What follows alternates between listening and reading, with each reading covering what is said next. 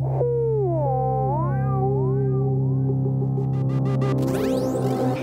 Erika, le podcast qui explore le futur.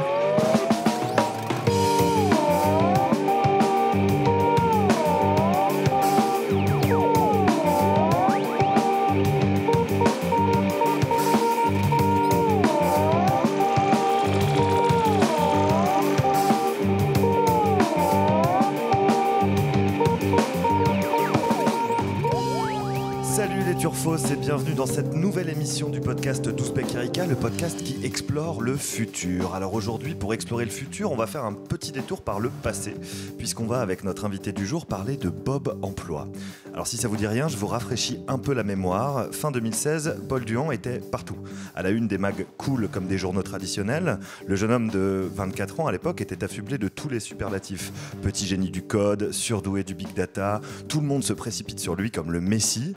Alors pourquoi ? Parce que son idée était de permettre un meilleur accompagnement des chômeurs grâce au big data, soit le traitement de grandes quantités de données par des algorithmes. Son objectif, répété à l'envi à l'époque, on va l'entendre maintenant. Alors, je sais que c'est un peu osé, mais je pense sincèrement qu'on peut baisser le chômage de 10%. De 10%. C'est-à-dire en prenant en compte les offres non pourvues, en prenant en compte même si on arrive à aider les gens à reconvertir vers les secteurs les plus porteurs et aussi tout simplement à les aider à garder la motivation pour retrouver un emploi plus rapidement, oui, je pense qu'on peut réduire le chômage de 10%. Alors, cet objectif de 10% était censé être atteignable grâce au site Bob Emploi, nourri par les données fournies par le bon vieux Pôle Emploi. Sur le site de la boîte, qui dépend de l'ONG Base Impact, également fondée par Paul Duhan, on peut lire que l'idée est de mettre la technologie au service du bien commun. Ça fait ambition très Silicon Valley, dont les patrons de grandes ou de petites boîtes n'ont que ce mantra à la bouche, « Making the world a better place ». Et pour faire du monde un endroit meilleur, Bob Emploi s'est notamment appuyé gratuitement sur la papesse de la communication des grands patrons français, Anne Méot, et sur le gouvernement de l'époque qui était obnubilé, je ne sais pas si vous vous souvenez, par l'inversion de la courbe du chômage. Donc le gouvernement de l'époque, François Hollande et Myriam El Khomri inclus, ont soutenu le projet dans lequel ont été injectés 415 000 € d'argent public. Lancée il y a 1 an et demi, l'application se targue aujourd'hui d'accompagner 130 268 chômeurs sur les plus de 6 millions d'individus inscrits à Pôle emploi, toutes catégories confondues. Ça fait un peu léger. En tout cas, on est un peu loin des 10% de la baisse du chômage promis lors du lancement de Bob Emploi. Alors, est-ce que les médias ont été bernés parce que le penseur des technologies numériques, Evgeny Morozov, qualifie parmi d'autres de solutionnisme technologique ? Je précise pour ceux qui suivent et pour les deux du fond, dans son livre « Pour tout résoudre, cliquez ici », Evgeny Morozov critique cette vision qui vise à penser qu'Internet et les technologies permettront d'améliorer tous les aspects de notre vie et d'éliminer la plupart des problèmes de notre planète. Le tout en faisant reposer la responsabilité plus sur les individus que sur les gouvernements. Bref, ça fait pas mal de sujets à évoquer avec Paul Duhan, qui a aujourd'hui 25 ans et plus d'1 an et demi d'expérience à partager avec nous autour de cette table. On est donc super heureux et ravis de pouvoir l'accueillir pour en parler. Salut Paul, et bienvenue chez Ouzbek Erika. Bonjour. On retrouve l'indispensable Annabelle Laurent, journaliste chez Ouzbek Erika. Salut Annabelle. Salut Guillaume. Et notre grand directeur de la rédaction, Thierry Keller. Salut Thierry. Salut. Alors, à qui l'honneur ? Qui veut commencer à poser des questions à Paul ? Je vais commencer en reprenant ce qu'on a entendu du coup dans... Alors, je ne sais pas si on se voit, on se tutoie. On peut se tutoyer. Allons-y sur le tutoiement. Donc, ce qu'on a entendu dans ton interview de l'époque, où tu parlais de ces fameux 10% qui ont donc été en couve aussi de Society, ce petit génie qui veut vaincre le chômage. Est-ce que, rétrospectivement, ces 10%, tu les regrettes de les avoir annoncés comme ça ? Est-ce que c'est ce qui t'a été reproché un peu, un excès d'orgueil ou un peu trop d'ambition ? Est-ce que tu regrettes d'avoir annoncé ce 10%? Non, alors après, c'est pas toujours facile à assumer, mais la différence, c'est que nous, quand on disait, on pense qu'il est possible de réduire le chômage, on ne disait pas, c'est une promesse que nous, on va faire grâce à Bob. Si on disait, grâce à la technologie, on peut améliorer la façon dont les gens approchent les situations de chômage, la recherche d'emploi, et que ça, au global, ça peut avoir des effets macroéconomiques. Et ensuite, évidemment, sur un peu par le jeu de comment se diffuse l'information, c'est devenu voilà, les génies qui promettent de réduire le chômage de 10%, et ça, ce qui n'est pas vraiment ce qu'on propose. Mais ça fait un bon slogan. Ça fait un slogan qui est catchy, un peu plus, qui est plus parlant. Exactement. Mais alors, ça, d'ailleurs, on le dit si on prolonge un peu l'extrait de l'interview, qui dit que nous, on n'est pas là ni pour se présenter à la présidentielle, ni pour faire de l'argent, vu qu'on est en format ONG, et que derrière ça, si on arrive à aider ne serait-ce que 1% des gens, ce qu'on le fait d'ailleurs, parce que on va y revenir sur l'actualité de Bob. Donc si on peut toucher 1% des gens, ou même ne serait-ce qu'on est aujourd'hui 10 personnes chez Base Impact, donc si on a pu aider ne serait-ce que 10 personnes, c'est-à-dire que chacun de nous, on a pu faire la différence dans une vie, c'est quelque chose qui est assez important. Donc non, on ne regrette pas forcément cette annonce, et puis surtout que...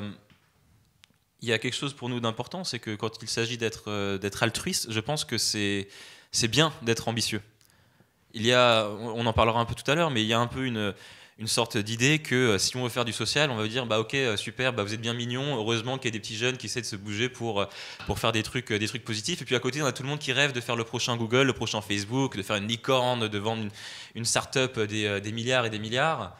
Et au contraire, je pense que si on avait 10% de cette ambition et de cette énergie mise au service de vouloir faire une licorne et de vendre sa boîte, mais mise au service du bien commun, je pense qu'en tant que société, on pourrait aller beaucoup plus loin. Alors, avant de passer la parole à Thierry, excuse-moi Thierry, t'avais interrompu, je tiens à préciser qu'effectivement, tu as raison, la suite immédiate de l'extrait, c'était Europe 1 avec Thomas Soto. C'est Thomas Soto qui te relance en disant est-ce que tu te présentes à la présidentielle, et tu dis évidemment non, pas du tout, et ces 10%, c'est pas une promesse, c'est une ambition. Donc je tenais simplement juste à être tout à fait honnête sur l'utilisation de cet extrait, parce que je peux pas critiquer les médias sans faire mon autocritique. Pardon, vas-y Thierry. Non, mais je pense aussi l'autocritique qu'on doit peut-être tous se faire nous-mêmes, que ce soit les gouvernants, nous les citoyens, nous les journalistes.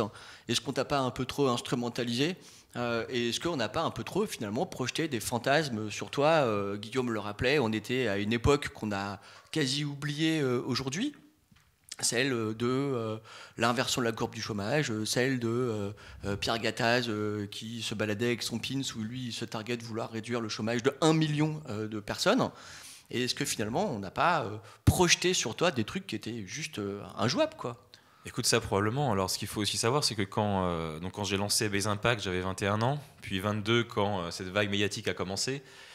Il y a beaucoup de choses que j'ai dû aussi apprendre en marchant, parce que c'est un milieu qui est assez particulier. Je pense que la réponse est probablement oui, parce qu'on projette beaucoup de fantasmes, à la fois sur le chômage, mais aussi sur le big data, sur est-ce que les start-upers vont tous nous sauver. Tu mentionnes à juste titre la notion de solutionnisme technologique. On était à l'époque où on idolâtrait les start-upers, donc évidemment ça contribue un peu à ce fantasme. Avec le recul, donc évidemment, je pense que on apprend tous aussi de ses erreurs, donc c'est des messages que, avec le recul, j'aurais peut-être su exactement comment le maîtriser pour qu'il soit absolument indétournable et qu'on puisse pas l'utiliser d'une façon qui soit pas le message que je voulais pousser au départ. Mais voilà, avec des si, on pourrait refaire le monde. D'ailleurs, c'est le sujet. Et par contre, je pense qu'il y a quelque chose qui est important, c'est que il est important pour moi de pousser une vision qui soit positive de comment est-ce qu'on peut utiliser la technologie. Une vision qui soit humaniste et en même temps réaliste, donc pas solutionniste, mais de sortir un peu des clivages entre la technologie, soit ça va tous nous tuer, soit ça va tous nous sauver, et à côté, ou entre les deux, il n'y a pas forcément grand-chose. Et d'apporter un peu cette nuance et un peu une vision d'espoir, je pense que ça, c'est important. Donc tu te situes entre Mark Zuckerberg et Black Mirror, quoi. Sur l'échelle de la technophobie. Sur une échelle de 1 Zuckerberg, t'es où? Non, c'était une vanne.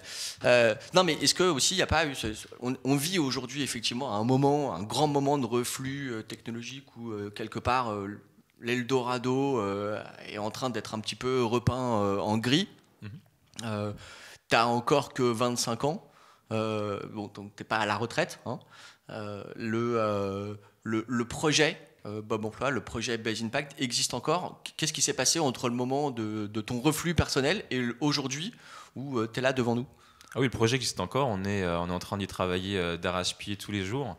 Parce que l'idée de Bob, c'est pas de dire on a une solution, un point, c'est tout. C'est on va lancer une démarche dans la durée, on va essayer de construire une sorte de nouvelle forme de service public, un peu comme Wikipédia. Un des premiers articles de Wikipédia, c'est connu, c'était une pomme est un fruit.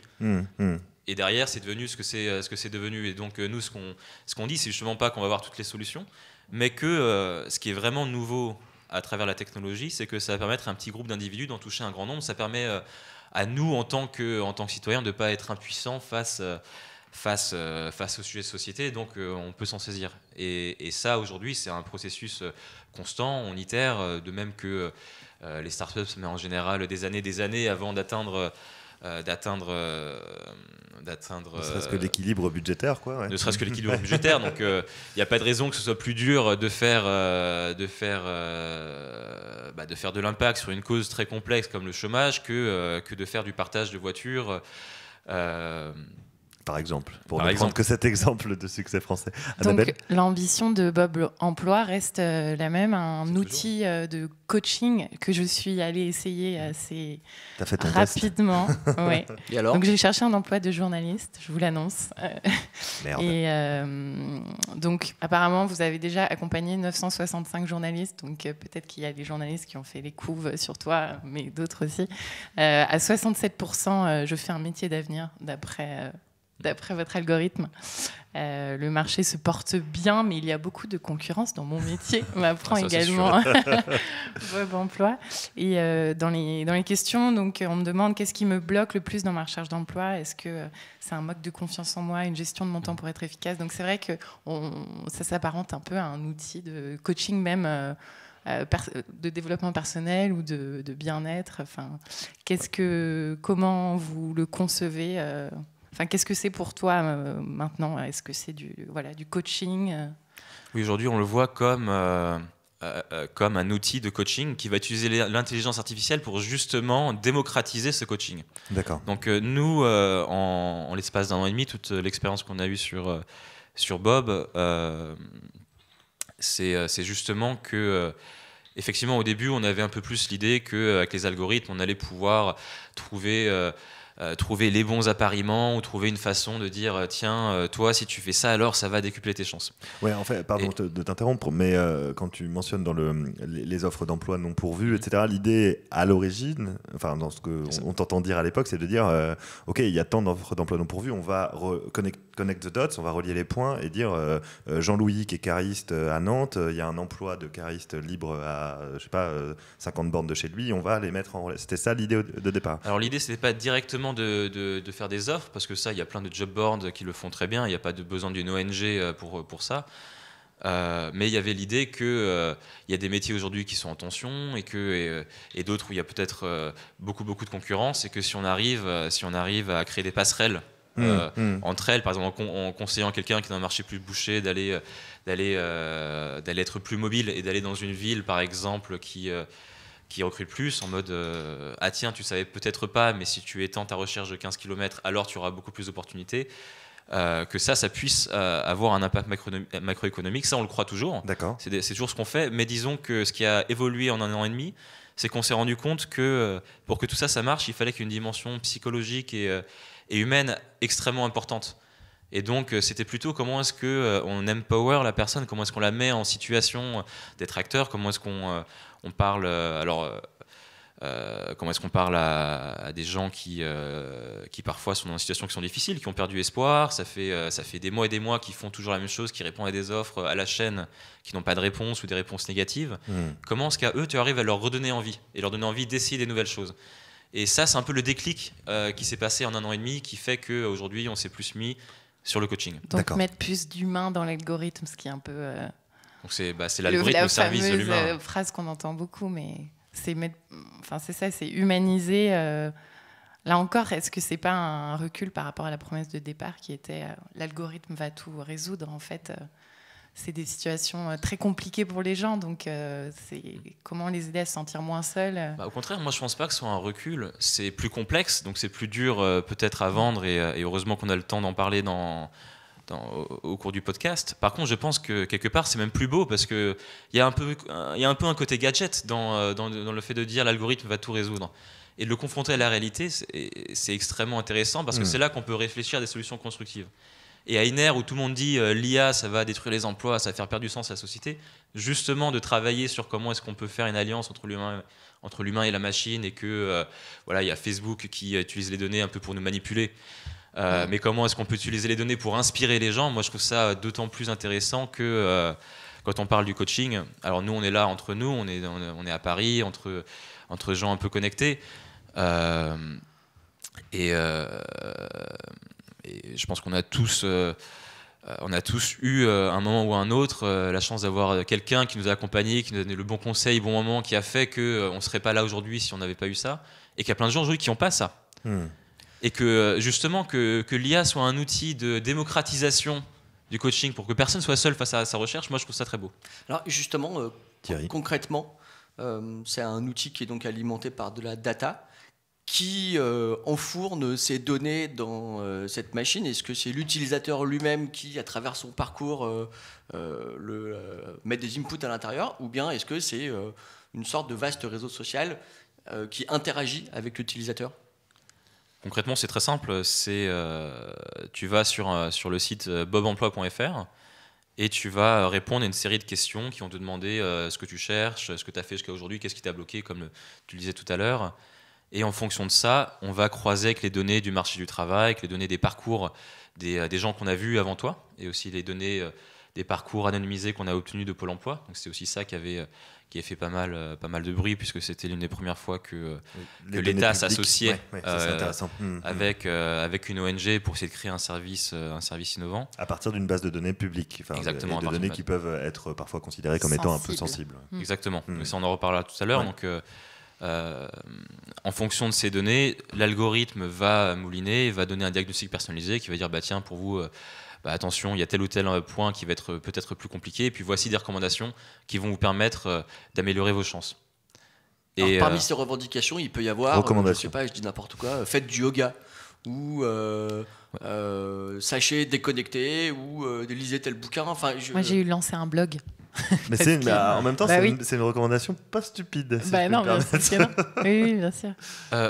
D'ailleurs, ce qui est assez drôle, c'est que même si avant on était sur des recommandations très macroéconomiques, et puis on s'est rendu compte à un moment que souvent ce qui bloquait, c'était la confiance en soi. Et puis on s'est mis à partager des contenus de développement personnel, comme des vidéos TED sur la confiance en soi. Et puis ça avait super bien marché. Donc oui, c'est des contenus un peu de tout type. Et nous, plus ça va, plus on se rend compte en fait, ce qui compte, c'est comment est-ce qu'on te donne des conseils en tant qu'individu. Donc, est-ce qu'on serait passé d'un outil de matching dont parlait Guillaume tout à l'heure à un outil d'accompagnement, je dirais, quasi métaphysique, personnel? Non, mais c'est intéressant ce basculement. Cette pente qui est finalement prise par l'outil dans sa V2, je crois, tout à fait, qui passe de résoudre un problème de chômage, disons, frictionnel, comme on dit dans les cours d'économie, à de la confiance en soi qui permet de s'empowerer soi-même pour obtenir le bon job au bon moment. C'est ça, parce que ça, au fil du temps, on a aussi développé notre propre vision sur le marché du travail. Et l'idée, c'est aussi qu'on parle toujours de comment est-ce que le futur du travail va être différent de celui d'aujourd'hui, que les métiers vont être de plus en plus...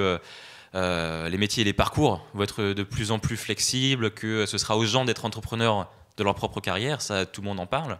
Mais il y a toujours la question de comment est-ce qu'on fait en sorte qu'il n'y ait pas de laisser pour compte dans tout ça, et les gens qui sont pas les millennials branchés, qu'est-ce qu'ils font? Et ça, il y a du coup cette idée que là où on peut avoir le plus de valeur ajoutée et créer le plus d'impact à travers Bob, c'est justement comment est-ce qu'on accompagne cette transition, et comment est-ce qu'on fait en sorte que chacun soit armé pour ça. Donc c'est un peu l'idée que avant, quand on parle de chômage, il y a un peu le petit côté descendant de, il y a la personne, c'est juste qu'elle a un problème, elle n'est pas en CDI, donc il faut faire une action sociale pour aller remettre la brebis sur le droit chemin. Alors que là, on est beaucoup plus dans une idée, comment est-ce qu'on va faire en sorte que chacun soit acteur à tout moment, et une sorte de service public de l'emploi adapté à ce nouveau à cette nouvelle donne du marché du travail. C'est aussi ça ce qu'on ambitionne de faire en mettant vraiment l'accent sur l'empowerment. Alors, juste une question un peu naïve, mais pour soulever le capot, qui fait ces recommandations? Est-ce qu'elles sont automatisées? Est-ce que c'est l'algo qui décide de dire ah bah tiens, Madame Michu doit faire absolument du yoga? Ou est-ce que il y a des gens aussi, Madame Michu fait déjà du yoga, Guillaume. ou des pilates, je ne sais pas. Mais parmi les 10 salariés de Bob Emploi, est-ce que quelqu'un de Base Impact, pardon, est-ce que quelqu'un va décider ou est-ce que tout est automatisé? Voilà ma question. Alors c'est un peu les deux. D'accord. Donc c'est marrant parce qu'on parle beaucoup d'alliance entre l'humain et la machine et ça se retrouve même dans la façon dont on fait les recommandations. Alors je m'explique. Il y a un certain nombre de recommandations qui sont automatisées parce qu'elles viennent des algorithmes qui vont dire voilà, dans telle situation, en fonction de tel parcours, vu ce qu'on a vu, voilà ce qu'on va recommander. Et ensuite il y a des recommandations qui vont être plutôt faites à la main, c'est-à-dire que nous, tous les jours, ce qu'on va faire, c'est on va regarder les recommandations qui ont été faites la veille, et puis on va voir si nous, en tant qu'humains, on va avoir des idées supplémentaires, ou alors on va interroger des experts, on va demander à des journalistes, par exemple des gens qui vont dire ah bah tiens, moi j'ai testé Bob et j'ai pas du tout aimé les recommandations parce que ça n'a pas donné ce que moi je voulais, donc on leur demande ah bah super, qu'est-ce que tu aurais aimé dire à la personne, qu'est-ce que tu aurais aimé qu'on te dise, et ça va donner une recommandation. Par exemple, faites un blog, ça peut être bien pour quelqu'un qui cherche à percer dans le milieu. Il y a sûrement plein d'autres bonnes astuces comme ça que des journalistes débutants ne savent pas forcément. Et ça, on va les coder à la main dans l'algorithme. Et l'idée, c'est qu'en permanence, en faisant ça, on va l'enrichir pour que de plus en plus, ce qui se fait de façon ad hoc, ce soit de plus en plus automatisé.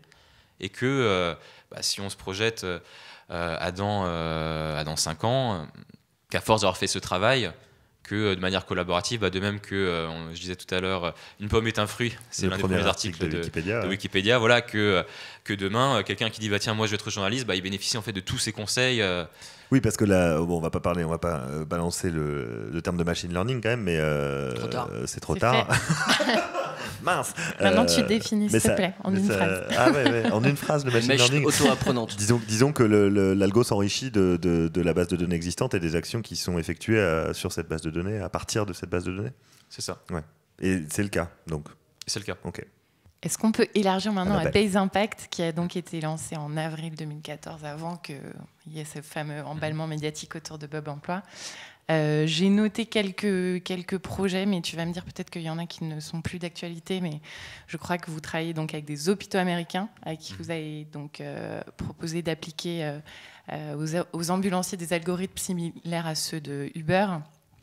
Vous essayez aussi de prédire les risques de réadmission des patients en fonction de leurs données médicales. Bon, voilà, ça fait partie de... Donc, vous travaillez dans la santé. Comment, en fait, vous choisissez vos projets, puisque... Guillaume le disait en intro, c'est donc l'idée d'utiliser le big data pour résoudre les problèmes de société. Mais à ce moment-là, pourquoi ne pas, par exemple, travailler avec la justice américaine qui semble assez intéressée par l'idée d'IA prédictive, donc d'une intelligence artificielle capable de prédire les crimes, par exemple, ou de l'IA dans la justice. Est-ce que il y a des... Est-ce que tu es un précog? Voilà. Est-ce qu'il y a des sujets qui, pour vous, sont interdits ou comment vous choisissez? En fait, ce qu'il faut voir sur Base Impact, donc c'est l'ONG au sein de laquelle on porte ces projets, c'est qu'on est assez agnostique sur le domaine en particulier. C'est-à-dire que c'est pas, on ne se consacre pas à des causes en particulier. Ce qu'on regarde, c'est où est-ce qu'on peut avoir le potentiel de faire le plus d'impact. Donc, évidemment, le chômage, c'est aussi venu comme ça, parce que on se dit que c'est l'un des sujets de société les plus importants dans nos sociétés d'aujourd'hui. On peut difficilement dire le contraire. Oui. Donc, c'est effectivement ça qui était le facteur le plus important. Et ensuite, on regarde aussi en fonction de à quel point est-ce qu'on pense que la technologie peut et doit être appliquée à ce type de domaine. Donc donc ça, je pense que c'est simple. Ça dépend aussi si on a des idées de choses où la technologie peut effectivement apporter quelque chose de supplémentaire. Donc par exemple, si on parle du mal logement, il y a pas mal de choses qui sont intéressantes à faire avec la technologie, notamment en aidant à mieux guider comment est-ce qu'on se positionne sur différents marchés, sur les HLM, etc. Par contre, c'est pas avec du code qu'on va construire des nouveaux logements. Donc il y a aussi une limite Il y a aussi une limite à ça, alors que peut-être que sur l'emploi, finalement, donc c'est pas forcément le code qui va créer des emplois. Par contre, le code, il peut effectivement empowerer les gens, leur donner confiance, ou les aiguiller vers des métiers porteurs et les mettre dans ces démarches-là. Et ça, oui, ça peut avoir beaucoup d'impact. Donc ça, c'est plus le versant. Est-ce que la technologie peut avoir de l'impact? Ensuite, le deuxième versant, est-ce qu'elle doit? Ça, ce qui est vraiment important pour nous, c'est qu'il y a une vision de société derrière, et que pourquoi est-ce qu'on a choisi de faire Base Impact? C'est parce qu'on voulait que la technologie, elle serve aussi à des sujets, elle serve aussi à améliorer la société. Et donc, il y a des sujets où pour nous, on se dit que si on mettait la technologie là-dedans, ça ne l'améliorerait pas, au contraire. Par exemple, les algorithmes prédictifs dans la justice, c'est très dangereux parce que ça a un risque de perpétuer les biais. Ça amène aussi une conception qui est un peu différente de la justice et qui est portée sur l'efficience. Il en faut, mais au risque parfois, c'est un peu fort à dire comme ça, mais de défaire une partie du contrat social. Non, oui, c'est... Et ça, c'est pas quelque chose. Si vous étiez contacté dans ce cadre, vous ne travaillerez pas avec. Non. D'accord. On sent justement derrière tout ce que tu dis, que ce soit, disons, dans la première version de Base ou le nouveau pôle d'aujourd'hui, une certaine forme d'idéalisme, ou en tout cas, il y a derrière tout ce que tu dis quelque chose de très politique. Est-ce que tu assumes ce caractère politique de ton projet, ou bien est-ce que c'est venu en plus et que tu le théorises, disons, a posteriori, ou est-ce que ça a toujours été présent? Ça, c'est venu en plus, parce que initialement, l'idée était vraiment très très simple. C'est comment est-ce que je me sens utile et que j'aide les gens. C'est pas parti d'une grande théorie. T'es pas un militant à l'origine. Non, à l'origine, non. non. De le devenir, attention. À l'origine, j'étais pas un militant, j'étais plutôt un dépressif qui cherchait à faire quelque chose d'utile. Et d'ailleurs, tu étais à San Francisco, on n'a pas rappelé ton parcours, mais à l'époque, tu étais du côté de San Francisco quand tu as eu l'idée de fonder Base Impact. À l'époque, j'étais à San Francisco, j'y ai fait mes études un peu à côté, et puis j'ai travaillé dans la Silicon Valley. J'étais data scientist, justement, dans une startup qui a très très bien marché, et je me suis retrouvé à 21 ans à avoir coché les cases du CV que je voulais, à avoir gagné plus d'argent que je pensais en mériter. Parce que c'est quand même délirant les salaires dans la Silicon Valley, et en me disant bah ok, maintenant quoi? Et donc plein de culpabilité, tu as décidé de fonder une association et d'être payé au SMIC. Alors c'est peut-être pas la culpabilité, parce que c'est aussi une démarche de long terme. J'ai toujours voulu essayer de faire quelque chose qui avait de l'impact. Et au début, c'est devenu très simplement, c'est comment est-ce que je peux être utile et est-ce que je peux faire du bénévolat. Tu as cité quelques-uns des projets au début qu'on faisait à l'époque. C'était vraiment comment est-ce que nous, en tant que data scientist, on va mettre à disposition bénévolement nos compétences pour des collectivités locales, pour des ONG, pour les aider à avoir plus d'impact. Donc, par exemple, on a bossé avec des instituts de microfinance pour réduire le coût des prêts. Et on l'a fait d'ailleurs. Il y a un institut de microfinance au Kenya qui a baissé le coût de ses prêts de 30%. Ah non, de 30% même, pour le coup.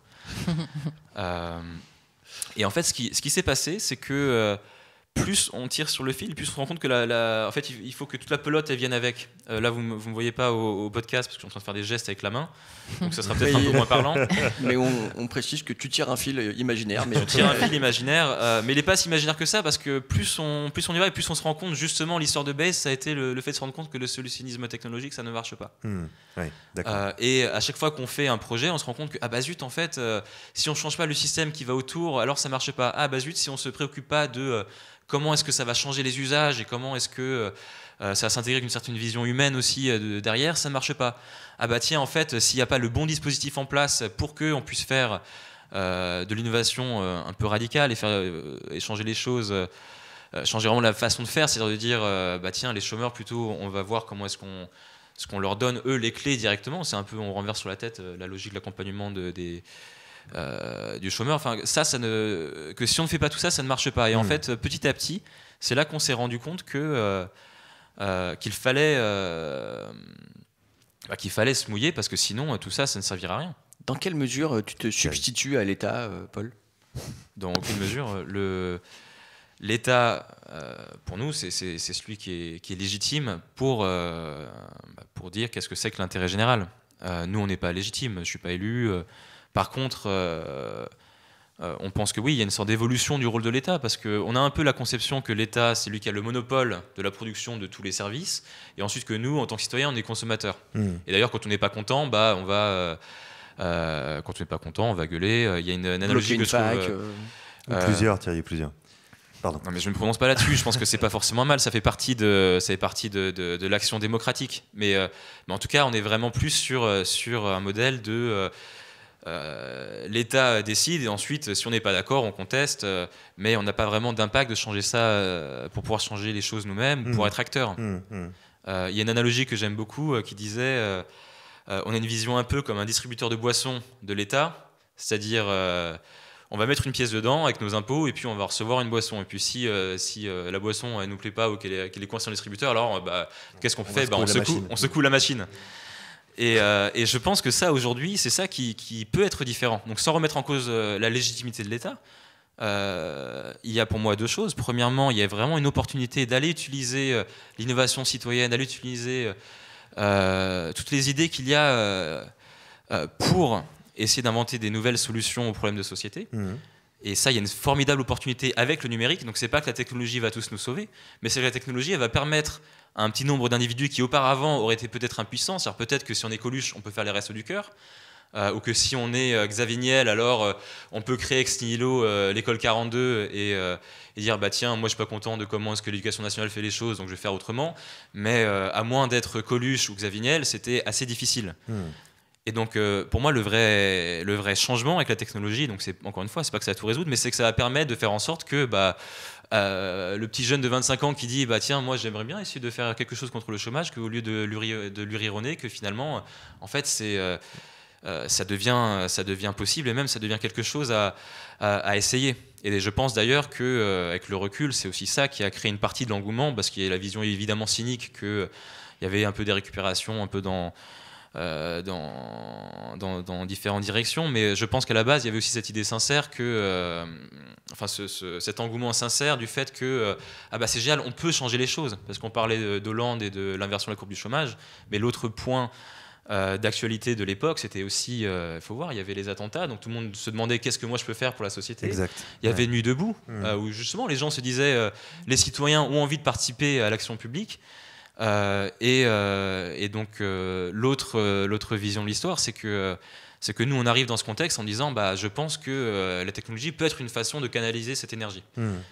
Et donc pour finir de répondre à ta question sur le rôle de l'État, nous on le concurrence pas. Par contre, on pense qu'il y a une façon d'aller répartir les rôles un peu différemment entre un État garant et des citoyens qui sont pour le coup acteur. Et tout à l'heure, quand je disais que ça c'est une opportunité, je pense aussi vraiment que c'est une nécessité, parce que la réalité c'est que ça se produit déjà.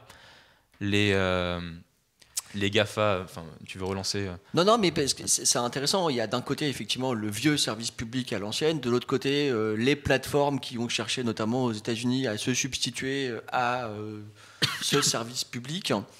On a le sentiment que tu as envie, toi, de te glisser un peu entre les deux. C'est pour ça que je te posais la question un peu provocante sur est-ce que tu voulais remplacer l'État En fait, justement, nous, l'idée, c'est plutôt de défendre les valeurs du service public. Parce que pour nous, le service public, c'est pas les institutions qui le portent aujourd'hui, c'est les valeurs que ça porte. Pourquoi est-ce qu'on a un service public ? Parce que des fois, la main invisible du marché, elle répond pas à tous les problèmes. Et parce que, des fois, les intérêts privés, ils sont pas exactement corrélés avec l'intérêt général. C'est ça qu'on dit. Parce que aujourd'hui, tout ce que je dis sur le fait que la technologie baisse la barrière à l'entrée, etc., c'est aspirationnel quand on parle du service public, de l'innovation citoyenne, etc. Mais ça se produit déjà dans le privé.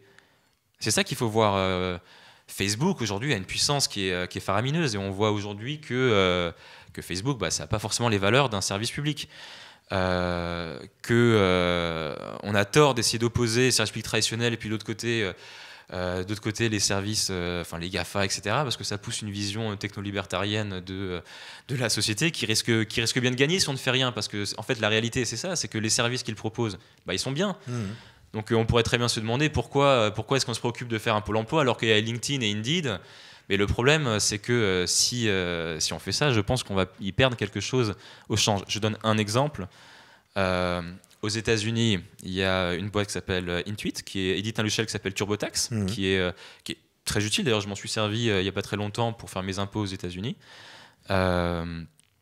Et donc, ça fait une sorte d'interface extrêmement bien ficelée, où ça devient presque une joie de faire ses impôts. Ça, c'est un vrai service. Sauf que... On apprend par incidence que tu payes tes impôts aux États-Unis. Je paye mes impôts aux États-Unis et en France. Très bien. Et en fait, ce qui est intéressant, c'est on pourrait se dire, justement, heureusement qu'elle est privée pour faire mieux que l'État. Mais qu'est-ce qui se passe ? On voit que Intuit dépense des millions chaque année pour faire du lobby contre la simplification du code des impôts. Voilà. Donc je n'irai pas plus loin dans le... Je pense qu'on a tous compris ce qui se passe. C'est aussi là qu'il y a une vision que l'intérêt...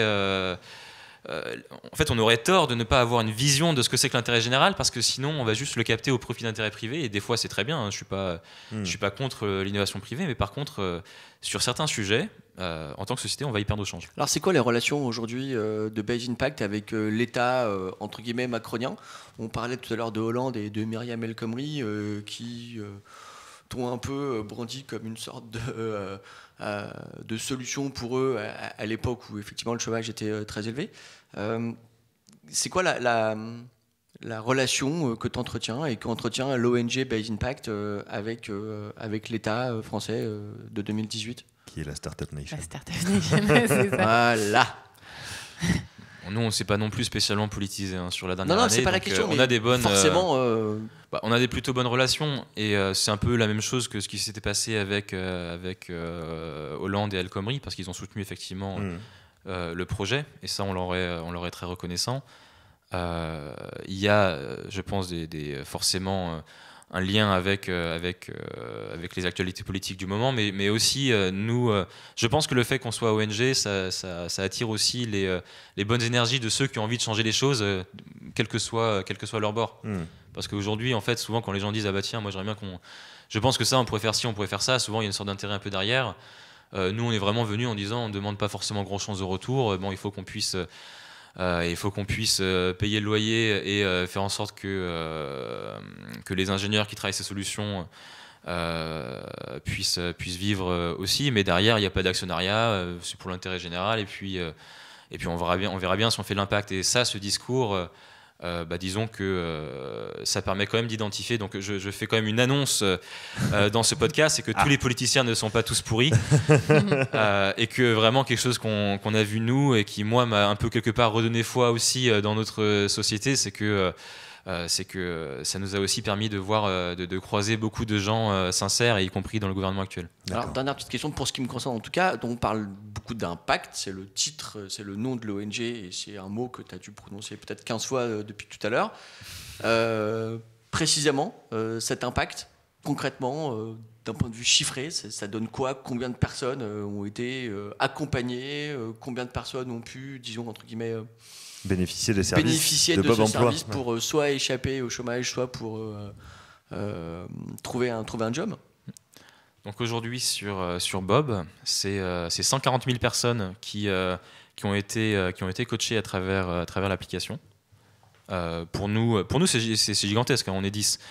Tu disais tout à l'heure que c'est un peu léger, mais déjà d'une part ça fait pas non plus très très loin de quelques points de pourcentage des chômeurs actuels. Donc, on recommence pas à faire des annonces sur 10%. Non, je vais pas recommencer, mais je veux dire, c'est que pour nous c'est déjà gigantesque, et puis l'idée c'est qu'on fasse croître ça derrière, parce que nous on veut être utile dans la vie, et puis si on était utile à quelques dizaines de milliers de personnes, ça c'est génial. Donc tout est relatif en fait, comparé à l'annonce, oui, chômage 10%, mais on peut dire c'est moins que 10%. Évidemment.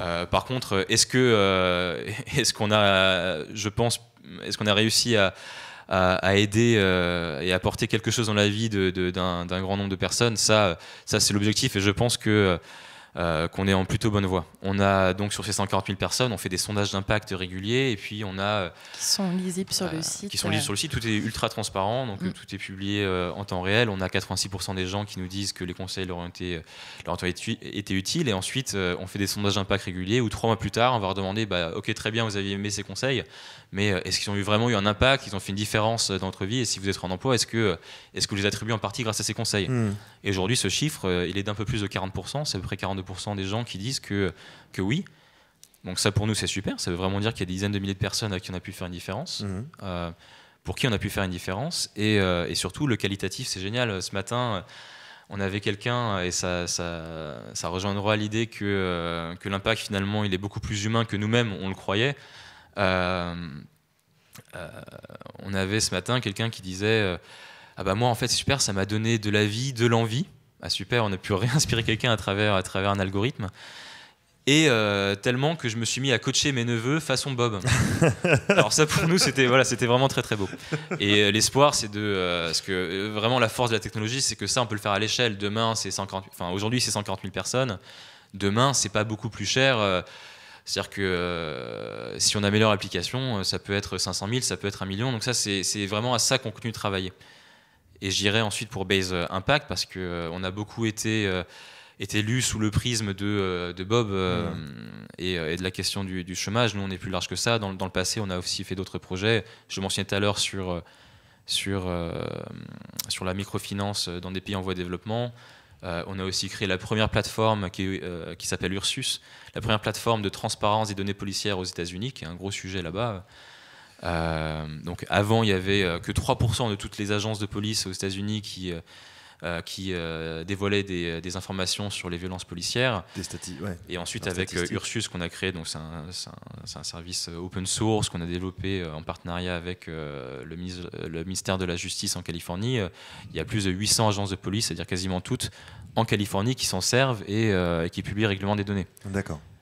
Pour un peu boucler la boucle avec ce qu'on disait au début, je regrette pas tout ce qui s'est passé, tout l'engouement médiatique, notamment parce que c'est ce qui a permis de faire en sorte que ce projet un peu fou puisse être possible, parce que c'est quand même très très dur de faire une start-up à but non lucratif en France sur des sujets de service public. S'il y a peut-être une chose que je regrette, c'est vraiment la surfocalisation sur c'est eux qui vont résoudre les problèmes ou ceux qui promettent de résoudre les problèmes, alors que pour nous, vraiment ce qu'on aimerait pouvoir pousser comme message, c'est que nous, on est simplement les représentants d'une nouvelle vague d'innovation sociale qui, à mon avis, a besoin de se produire et qui se produit déjà. On n'est pas les seuls. Et l'idée de cette note sur le service public citoyen, c'est de proposer un cadre pour que demain, chacun puisse le faire sans avoir forcément à faire du lobbying ou des annonces tonitruantes dans les médias, mais que limite, ce qui se fait aujourd'hui par l'exception, moi, je rêverais d'un monde, personnellement, où c'est la norme. Ça nous fait une excellente conclusion et ça permet en plus de boucler la boucle, et tu l'as fait toi-même avec mon introduction qui était peut-être un petit peu cynique, comme tu me l'as reproché au cours du podcast. Je te remercie de nous avoir consacré autant de temps. Merci à Annabelle et merci à Thierry derrière le micro, et merci à Roman derrière la régie de nous avoir accompagnés. Merci à toutes et à tous de nous écouter et de continuer, comme sur Bob Emploi, à nous mettre des petites étoiles et à nous faire des petits commentaires, parce que nous aussi on les lit, même si on n'a pas d'algorithme pour vous répondre directement. Et merci encore à Paul Duhan pour cette interview qui, je l'espère, vous a autant intéressé que nous. À la semaine prochaine.